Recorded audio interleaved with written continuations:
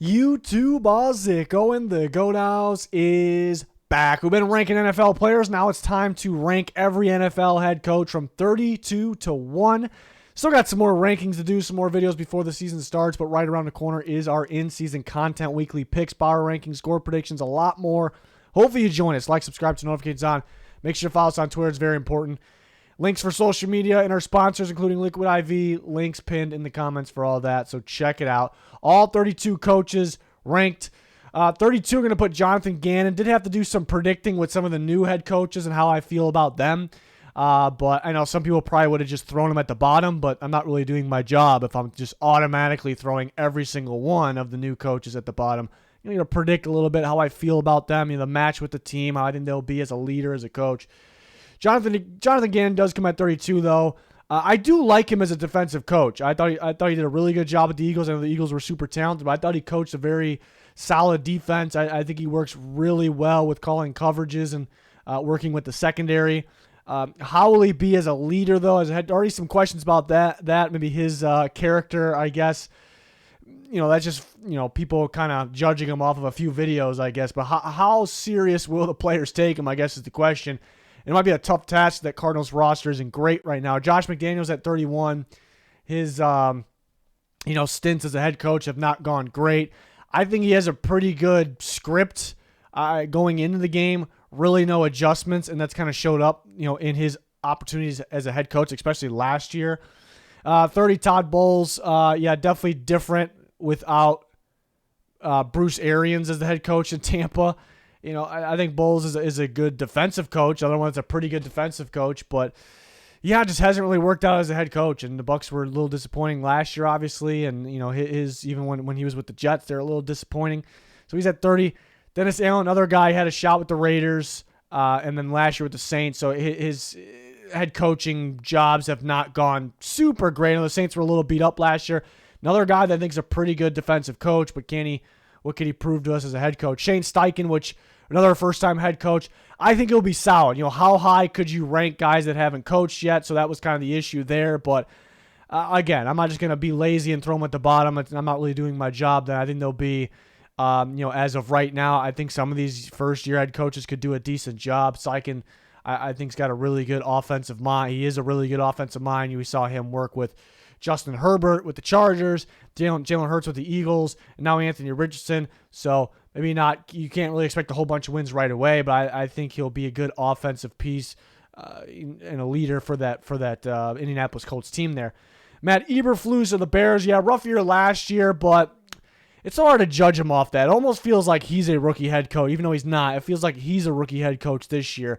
I think he's a good leader. I think he's a good defensive coach. He's proven those. He's more so proven those things to me when he was with the Colts, because that defense was always game ready. They were always technically sound. The whole team flying the ball, and that's really why I liked Eberflus and why I liked that defense at the time. And they were always better than they were expected to be too. But that all my judgments on him are still kind of based on him as a defensive coordinator. So that's why I say it kind of feels like he's a rookie head coach still. So, even though, last year they're the worst team in football, I don't think he's the worst coach in football or anything like that. Kevin Stefanski at 26. He's got a lot to prove this year. Was good as rookie head coaching year, I suppose. But, he's been pretty predictable after that. Made some questionable decisions. I think the way he calls the offense, it almost limits the quarterback sometimes. It's kind of like he's the guy. Like his play calls are everything. If that makes sense. It's kind of how I always felt about that type of offense. So, and I think if Deshaun Watson isn't going to be, if he's out there and he's not like the Deshaun Watson, I think it could because the system and the play calling is holding them back. So, I thought it was more of that at the end of last year. So, big year for Stefanski. He's been a little disappointing. There's been some questions about him last couple of years. They got to be good this year, basically. If the Browns aren't good, he's going to get fired. Brandon Staley at 25. Good defensive coach. I mean, he's gotten wins as well, but some situational, late game stuff, decision-making, opportunities have not been good for Brandon Staley. And the Chargers have been, even though they've been winning football games, they've been a good team. Again, he coaches a good defense. the Chargers been a little underwhelming, and a lot of it is on Brandon Staley. You sometimes if they can't close out games, you put it on the quarterback. But I think Justin Herbert is doing his thing. And I think some coaching's holding them back sometimes. But again, there are good things about Staley. Like I said a million times, good defensive coach, and he's won some football games. Got to be better though. I thought maybe he would be fired up at this point and lost last year in the playoff game. This is the last shot, really. Arthur Smith, I think he's a little better than what his record has shown.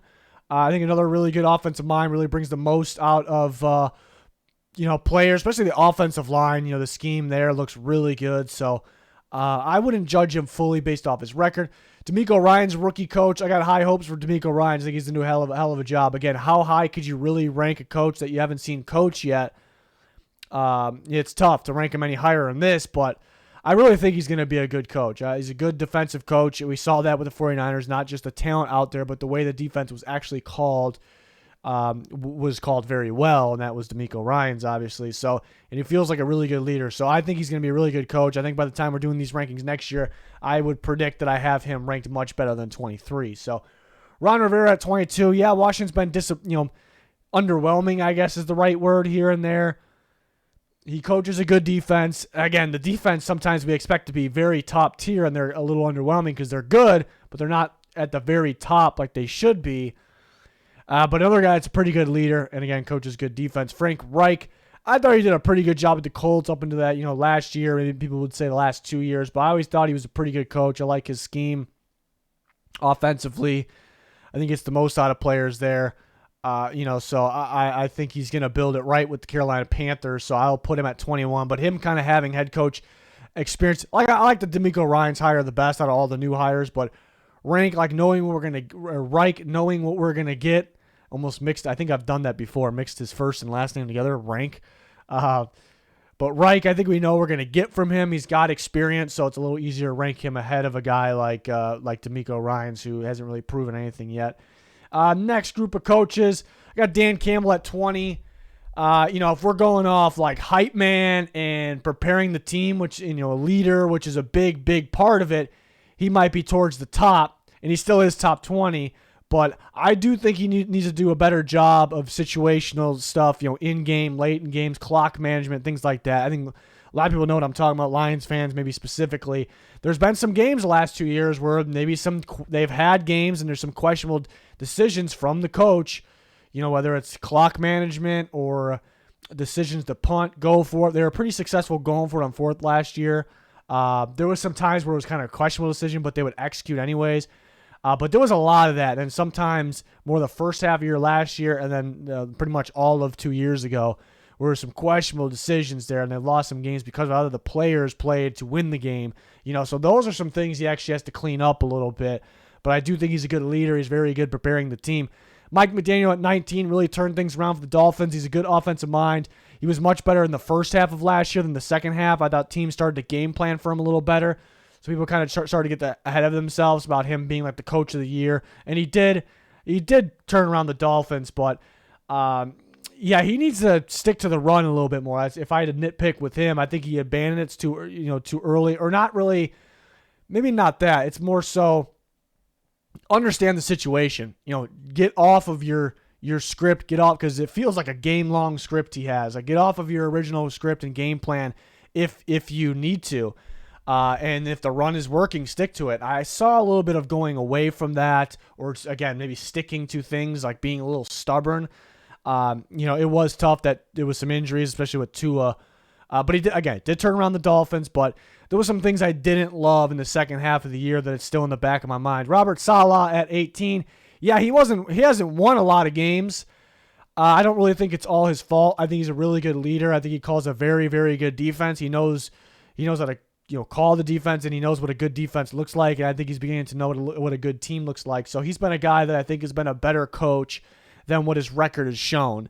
Maybe like an Arthur Smith, but Saleh, we already talked about Arthur Smith, so I view Saleh as better.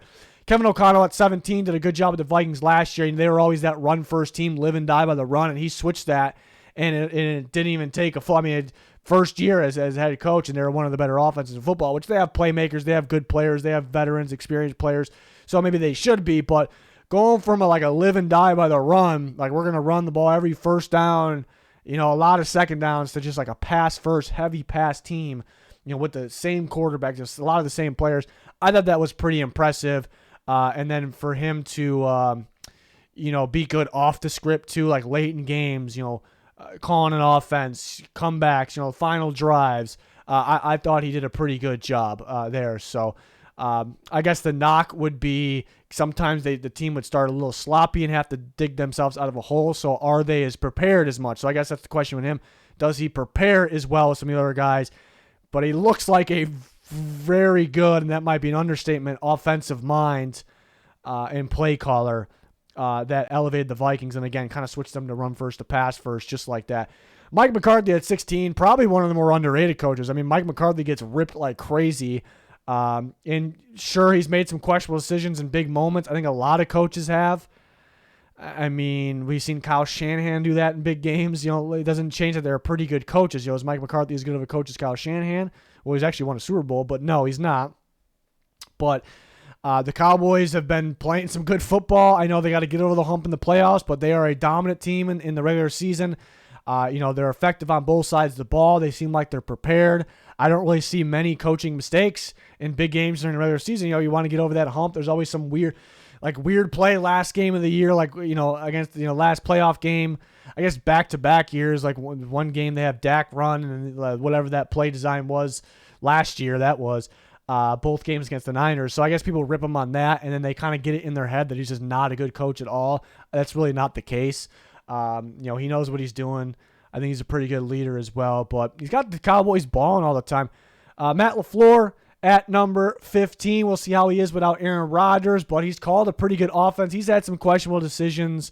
I know going back to that playoff game a couple years ago, even decisions to kick field goal, not kick field, go for it with Aaron Rodgers, things like that I think have popped up. But I think he calls a good offense. I think it's a pretty good balance between run and pass. I actually think he wanted to run the ball a little bit more last year, and Rodgers wanted, kept maybe checked plays to passing plays, and we'll see. I guess we'll learn about that this year. But I thought he's done a pretty good job, especially winning with the Packers. Sean McDermott's done a pretty good job winning. The Bills been winning games like crazy. I think some of the talent is, including Josh Allen, is is definitely responsible for that, I guess I should say. But seems like a pretty good leader. I think a pretty big test this year because he's a defensive guy, but Leslie Frazier's been calling that defense, and he's taken a step down for a year. So we've seen McDermott more involved with the defense. So kind of a big year, but I feel like the Bills, it more so felt like the play, and I ranked him 14 because I think he's a good leader. I think overall he's a good coach, and they're winning games, but it always felt like a little bit more the players doing the job. I mean, both doing their jobs, but more so they're winning because the players, they would kind of slip up and look sloppy in games you fully expect them to win, and maybe that knocks them down from getting the 1 seed. So maybe that a little bit goes on the coaching. So want to see, I guess, more consistent, Bills team, and them being able to get over the hump. And his former assistant coach Brian Daboll ranked ahead of him actually, and it's only off 1 year, but I thought he did a hell of a job. I thought that system won a lot of games. And it seems like he's a really good leader, got that team going, a lot more energy with the Giants football team there because of Brian Daboll. So I thought he did a hell of a job, not just with his genius offense and the play calling and the game planning, which showed up big time. It just felt like he had his team more prepared. A specific game where we have Kevin O'Connell ranked 17, just felt like he had the better game plan and more prepared in a playoff game like that for what was technically an upset, even though a lot of people expected that to happen. But yeah, he was very impressive, and it felt like the Bills missed him as well. Nick Sirianni at 12. He did a really good. We went to the Super Bowl last year. Did a really good job. It seems like he has that team ready to play, ready to compete. So you love that about him. They do have an extremely deep, talented, balanced, complete roster, same thing, though as well. And it felt like the coordinators kind of took over it, which they should, and their side of the ball. So it's tough to rank him at the very top just because he went to the Super Bowl, but he is doing a pretty good job. Mike Vrabel won Coach of the Year 2 years ago. Another one, really good leader, really good motivator. Will have his team prepared. He doesn't feel like he calls the defense a whole lot on game day, but it feels like it's a Mike Vrabel game plan. It feels like the old Patriots defenses too, which makes sense where Vrabel comes from. So I think he has a really good game plan. So not just preparing the team like mentally and just getting them hyped and getting them ready, but on a game plan level as well. So, and Titans are really beat up last year. Feels like they're always beat up, and that's kind of they try to win the same way every week, like smash mouth, run and gun football, just being physical on both sides of the ball, and he's able to win games consistently. It feels like doing that, except for the end of last year, but they're really beat up. We are on to the top 10. Sean Payton at 10. Yeah, always been a really, really good coach, obviously. So how will he be on a different team with the year off? I don't know if it's that much different. Is this team as good as the Saints teams were in the past? No, but we'll see. And he definitely has to get over the hump. It felt like he was disappointing, underwhelming in those big games. You expect them to win in the playoffs, but I'll put him at number 10 for now. Number 9, Doug Peterson, who's won a Super Bowl as well, and then he's out of coaching, then comes back to the Jags, and then they have a big turnaround season. So Peterson obviously knows what he's doing. He's obviously a good leader. He coaches a good offense, obviously. On the first half of that Chargers game in the playoffs when they got down, I actually thought it was poorly coached. I thought they were going away from ETN too much. I was a little disappointing on how Peterson coached that game in the first half, but it was a very good job in the second half, and they came back. Zach Taylor at 8. One of the better offensive minds in football right now. He has the Bengals playing at a very high level. I know they're super talented, but he's called such a good offense, especially in the playoffs last year, down the stretch of the season, the playoffs. It's just so tricky, so hard to game plan for. There's so much creativity, and I'm not really talking about like trick plays or anything like that. When I talk about creativity, just things that it's going to be hard for defense to figure out. I think he's a really good play caller. He's gotten ripped in the past a little bit. In the beginning of last year, they started a little slow, and people were overreacting way too much. He's a very good coach. John Harbaugh at 7, really good leader, always has that team competing no matter who's on the field. They dealt with injuries. He's always winning. Good leader, obviously. There's some questionable decisions, fourth downs, 2-point conversions, things like that, late in games, I guess, last year. But if they execute, he looks like a genius. Pete Carroll at 6. Right when you think the Seahawks might be one of the worst teams in football, finally, after consistently being good, big reason being they were consistently good was because of Pete Carroll. And right when you think, no, they're not going to be good anymore, they're very solid. And Geno Smith is very solid. A lot of credit to Pete Carroll. He obviously knows what he's doing. He has that winning formula, no matter who is on the field. And then Russ going away from him and being pretty bad away from him. I know it's not Pete Carroll's offense technically, but it's his team. So it all kind of adding up a little bit. Like it's a system team. There's a formula there to win football games. So he's at number 6. Maybe we thought he was higher more than a few years ago when the Seahawks were ridiculously good. On the top 5, I got Sean McVay at number 5, Super Bowl winner. Obviously a genius offensive mind. Felt like he started a little bit of a trend with types of offenses or young coordinators. Has done a really good job as a leader there with the Rams. They might struggle this year because they don't have all the talent, but and then Kyle Shanahan at number 4, and he's got to get over the hump, and he's had some questionable decisions, even going back, when he wasn't even head coach with the Falcons, but so it's popped up a little bit, but he just makes guys look better. Like he makes units. The offensive line sometimes doesn't look great on paper, and that scheme has them balling. He makes these quarterbacks. He look good. He simplifies for them, but makes it unpredictable. That's what's so hard. Like you can simplify things a little more for quarterbacks to make it easier, but the game plan is so easy for defenses. Then it's so easy. But he makes it tricky still, and he's got, he's got a special, unique system there that is very tough for teams to handle, and he always has that team playing at a high level. Mike Tomlin at number 3, another one, just an incredible leader. Tough football coach that everyone needs. Always has the Steelers contending for the playoffs, winning football games, even if they don't look like it. Looking at them on paper, they may not look like it sometimes, a lot of the time. And he's got them playing much better than how they look on paper. So Mike Tomlin effect there. Bill Belichick, the all-time best, but I got him at number 2. I do think Andy Reid is the best in football right now, but Bill Belichick, you got to keep him in the top 2. Genius defensive mind, genius in general. But what the Patriots were dealing with last year, that experiment on the offense, and maybe Belichick has some blame for that, could take some blame for that. But for them actually kind of being close to the playoffs with that mess, pretty ridiculous. So game plan's always there, always has a team like serious, ready to compete, ready to perform. So got him at number 2. And Andy Reid obviously have done such a great job. He deserves a lot of credit for Patrick Mahomes and that offense. And he does have the best player in football, but again, he deserves some credit for the best player in football. But so creative, so unique, keeping things fresh every year. Staying that same, they're always as good, but keeping things that are kind of the same, but new at the same time, like keeping things fresh. I love that with that offense and the creativity, and it's impossible. Like you kind of have an idea what they're going to throw at you, but it's just so hard to game plan for it. And it's one thing to come up with a game plan, but so hard to stop, his offense there. So in winning Super Bowls recently, the most recent Super Bowl as well, as definitely plays a part in this and the ranking, him being number one. So, but he's won those Super Bowls for a reason. So those are my coach rankings. I'm sure people will agree 100%. It's usually how it goes. Always in 100% agreement and never complaining in the comments. But that'll do it. We have a playlist full of some player rankings as well, just like this, same format, some unit ranking videos, some prediction videos for this upcoming year. Some more of those types of videos on the way before the season starts, with the in-season content right around the corner. I cannot wait. Hopefully you join us, like, subscribe, turn notifications on. Check out those links in the comments. You won't be disappointed. It's going to do it. Thanks for watching. Goodbye.